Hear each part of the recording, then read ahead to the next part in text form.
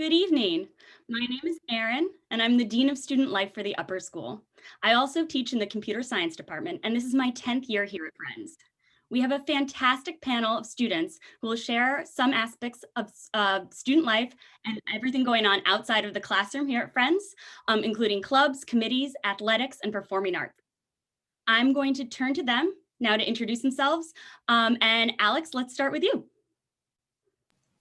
Hi, my name is Alex. I'm graduating this year. I'm class of 2021.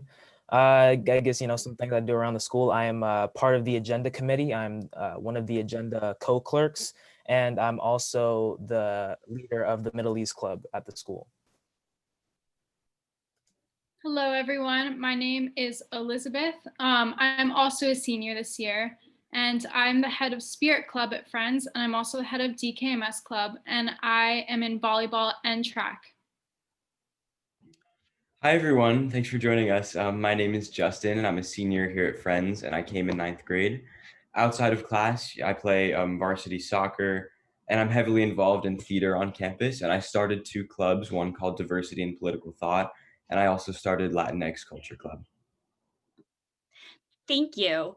So this first question is for Elizabeth. Elizabeth, you were new to Friends in the 9th grade. Can you talk a little bit about what that transition was like? Yeah, for sure. So Friends has a retreat for freshmen. For us, we went to a place called Powell House, which was in upstate New York. And basically, we just spent the weekend together as a grade, and we got to know each other a little bit more. We did some service work, but it was mostly just us hanging out and really meeting people. And that was in the first 2 months of school. So it was really easy transition, but for me, what also helped is I joined a sport in the fall, volleyball, and I did preseason. So I got to meet people on my team before I even got to the school campus, which is really helpful. And Friends also has a lot of new people coming in freshman year. So everyone's really new, no one knows each other. And just that alone helps me get used to the community, knowing that there are other people in my shoes and I'm not alone. And the people who have been here since kindergarten and all the faculty know that it's a tough transition, and they really try their best to make it as easy on us as possible. Thank you so much. And thanks for bringing up the freshman retreat. Many of you probably have on your minds that that things must be looking a little bit different now this fall rather than in ordinary years. This important tradition, which now is held in mid-October, is very much on our minds, and we want to be able to replicate the experience the freshmen can have of the bonding and the team building activities that they do. We now, as Elizabeth mentioned, we used to take the freshmen to Powell House in upstate New York. The seniors still, that's still the location for the senior retreat, but we have now transitioned to going to a retreat center in New Jersey called Princeton Blairstown Center, which is used by a couple of our peer schools as well, and we've really enjoyed their programming. We are not allowed to have overnight trips at this time, but we are thinking about ways to, if we cannot reschedule this for a time that it is safe, ways to replicate those experiences for freshmen so they can continue to feel integrated and connected to the community, whether they're coming from our own middle school or whether they're coming from another middle school. This next question is, the next question we have is for Alex. So we have over 40 student-run clubs here at Friends. And Alex, as you mentioned, started the Middle East Culture Club last year. Can you tell us a little bit about the process of starting a new club? Yeah, so clubs are accessible to everyone grades 9 through 12, but the club application process is specific to 10th through 12th graders. And it's actually a pretty simple process, and Erin is there to guide you and give you resources at all times. But basically, once you have an idea for your club, let's say you or your friend, you and your friend want to start a new club, and you come up with this idea, you have a bunch of programming that you want to do for the next year. Now you have to go to whatever email Erin might have sent with the club application form. You fill out that form. And you kind of, you get into the specifics of your club. What are you going to do next year? What is your programming going to be like? You talk about why you want to even start this club. And once you get there and once that application is handed in, once the digital application is handed in, you're asked to meet in front of the club. I forget what the name is, but it's like the Club club board. committee. Yeah. So you get your club approved there with Erin and usually one other student, and they just ask you questions about your club. And even though it sounds like might be a grueling process, it's really not. And the resources are like always there, and it's super easy to like start up your own club with whatever you're interested in and wherever your interests lie. Thank you, Alex. So that process happens every spring, and we build the schedule for clubs for the next year. That group of students on the club board are all students who have been leaders of other clubs or committees in the past, and they come together to really build the schedule. I'm going to give a follow-up question to Justin, who was on the club board this spring. Do you want to say anything a little bit about the experience of serving on the club board? Absolutely, yes. So like Alex was saying, once people who are trying to start a club submit their application, they're asked to meet with the club board, and that consists of Erin and a couple students, usually one or two from each grade. And basically, yeah, we'll ask them questions. We could ask them, what's the reason you wanted to start this club? How do you think it will benefit? How do you think it will benefit the Friends student body? And what's your mission? How do you foresee this?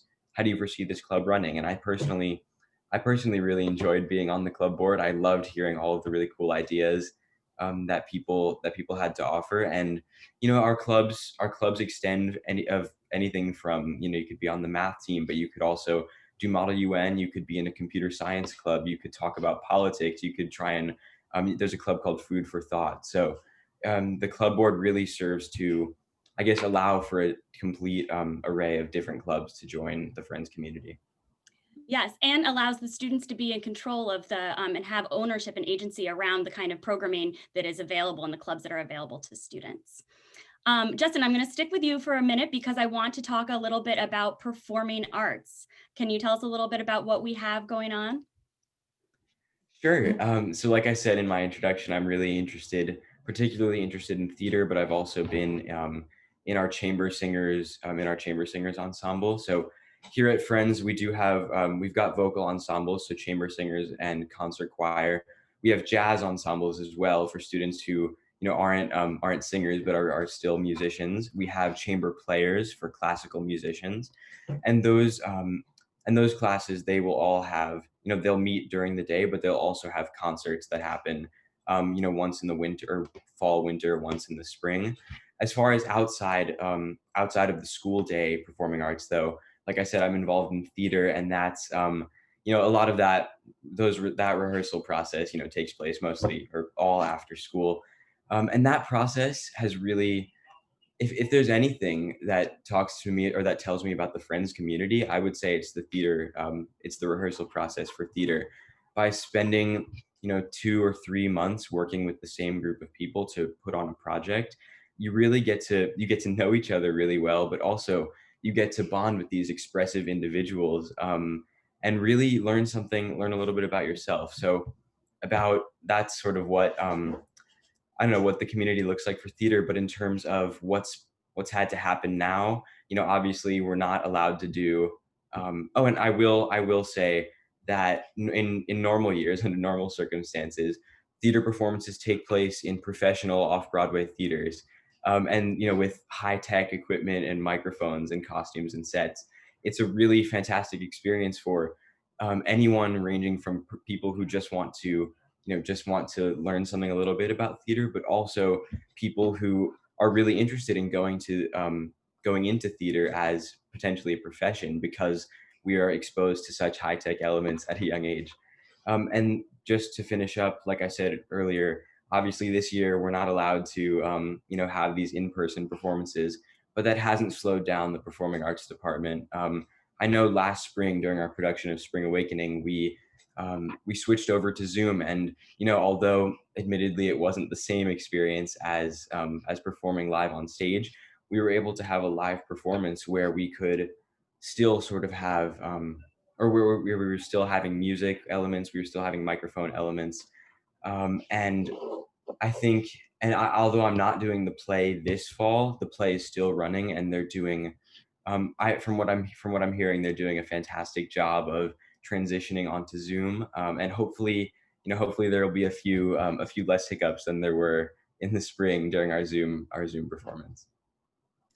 Um, for sure. We're all like a little bit more versed now in Zoom than we were in the spring. Thanks so much, Justin. Elizabeth, I'm turning back to you. As you mentioned in your introduction, you play volleyball and you're on the track team. Would you tell us a little bit about the experience of participating in athletics at Friends and why it's been important to you?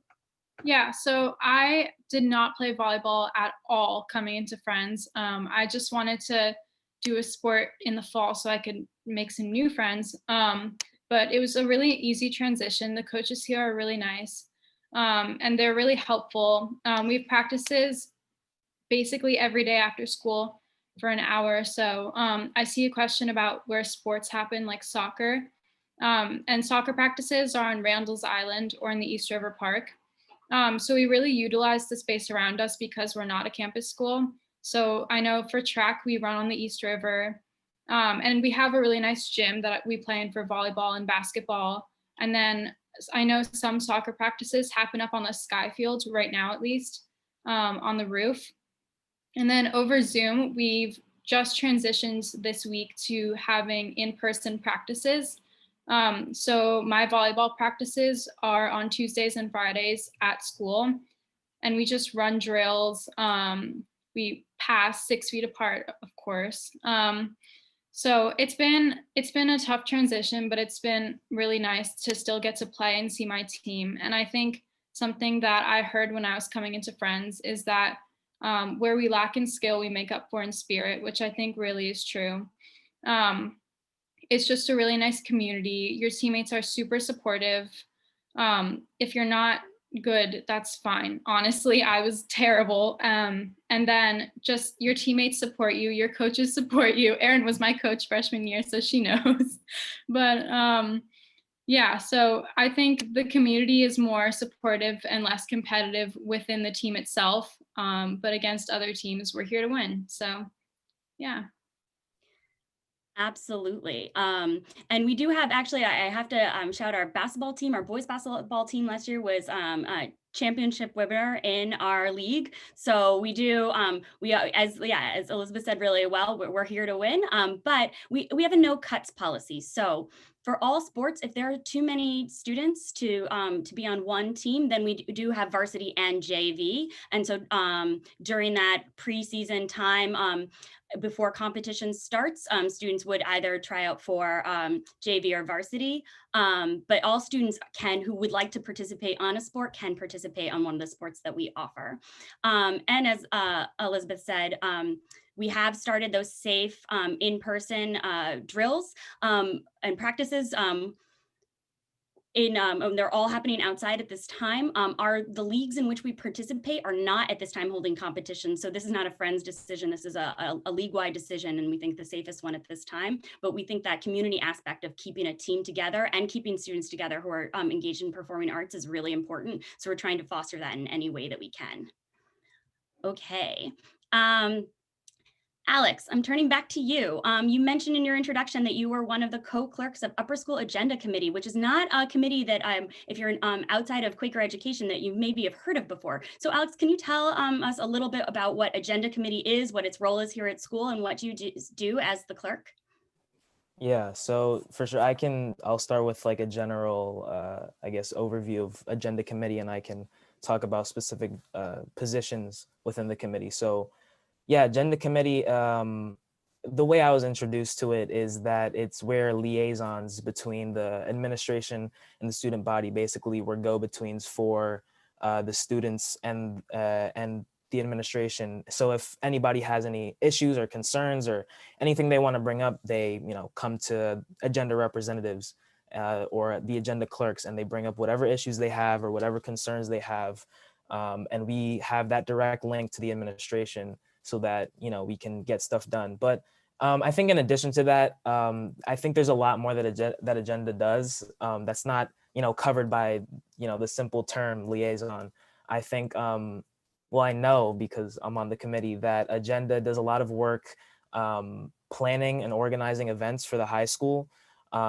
Things like the Halloween celebration, our annual Halloween celebration, which has been very, transformed, obviously because of, virtual learning.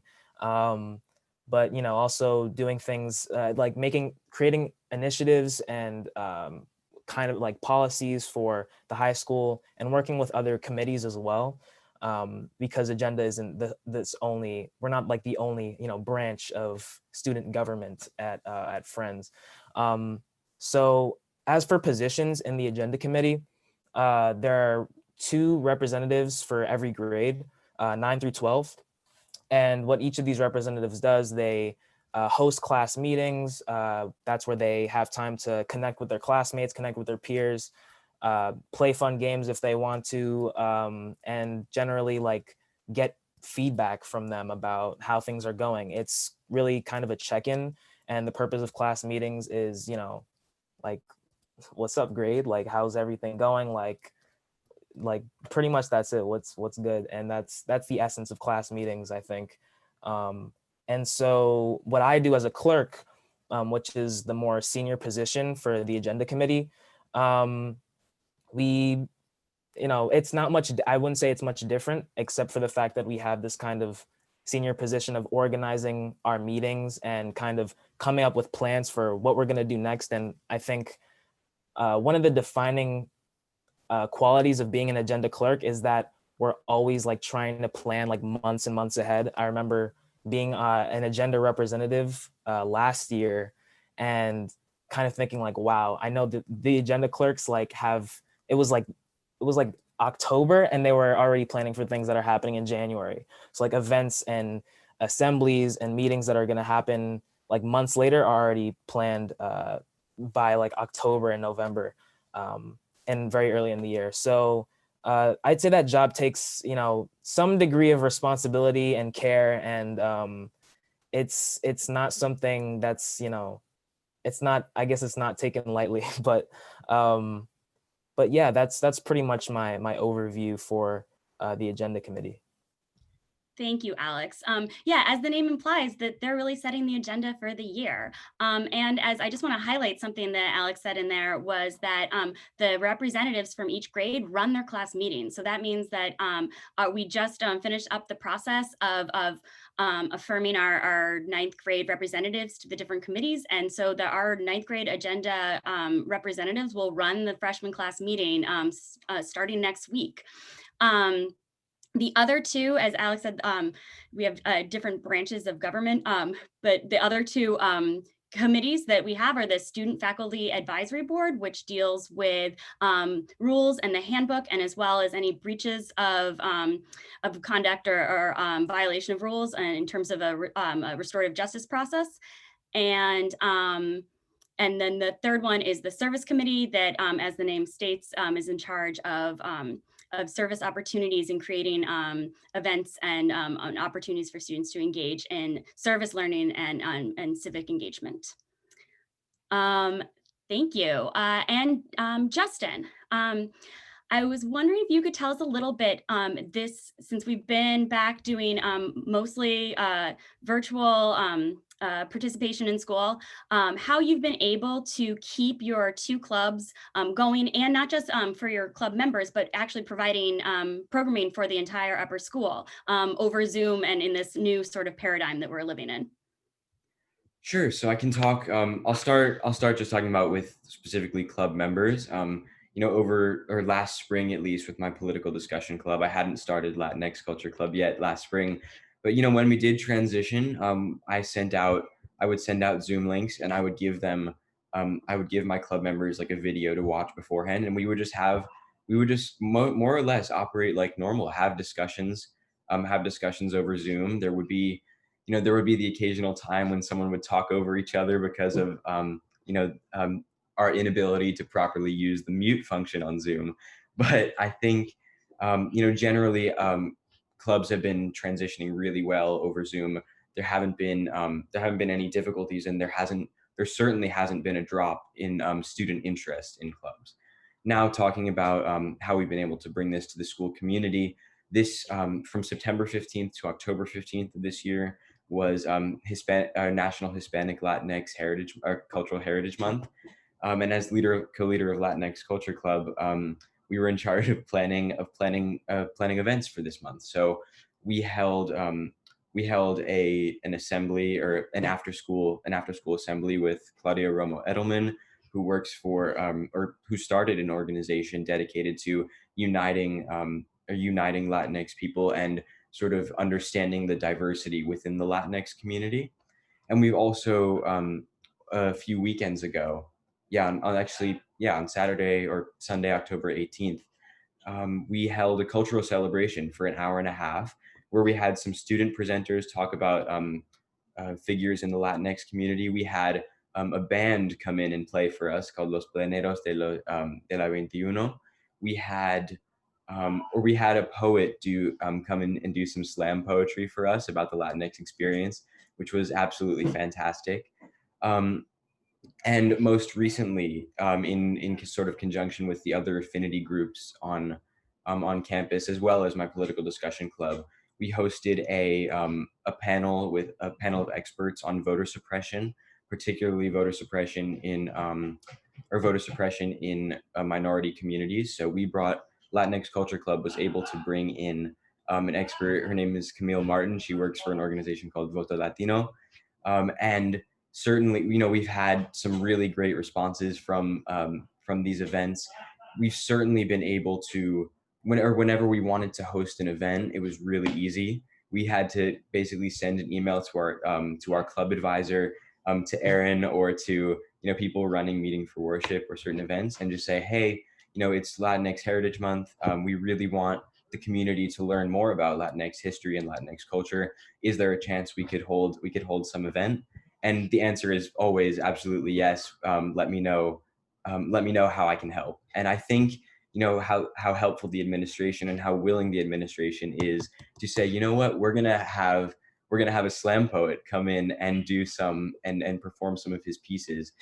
That's always been really inspiring for at least myself as a club leader to say, yeah, I can definitely bring something that's important to me to the entire community.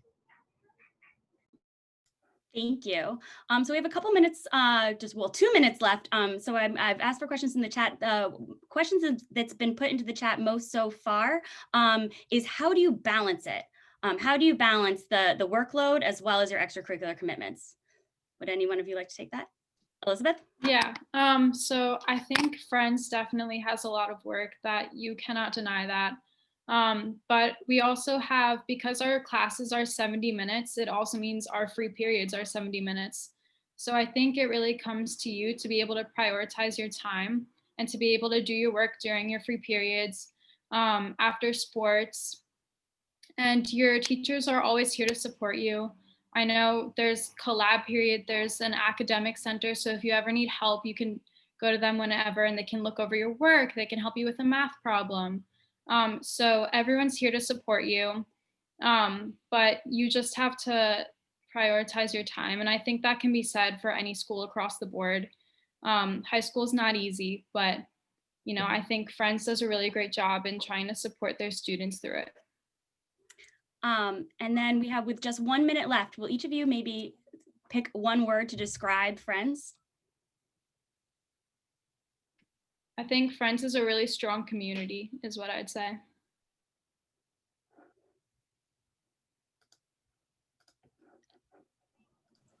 I think my word, stewardship. I don't know if I should give an explanation, but I think we place an emphasis on taking care of our surroundings and the people around us, and just that care for the environment that we're learning in and living in. So. Yeah, I definitely agree. Although I would probably say opportunity, and specifically, for what Friends does, to at least push you to succeed outside of the classroom. So it gives you the opportunity for that. Thank you so much to our panelists, and we're going to ask you to return to the main session at this time. The link and the passcode will be posted in the chat. Thank you so much and have a wonderful evening.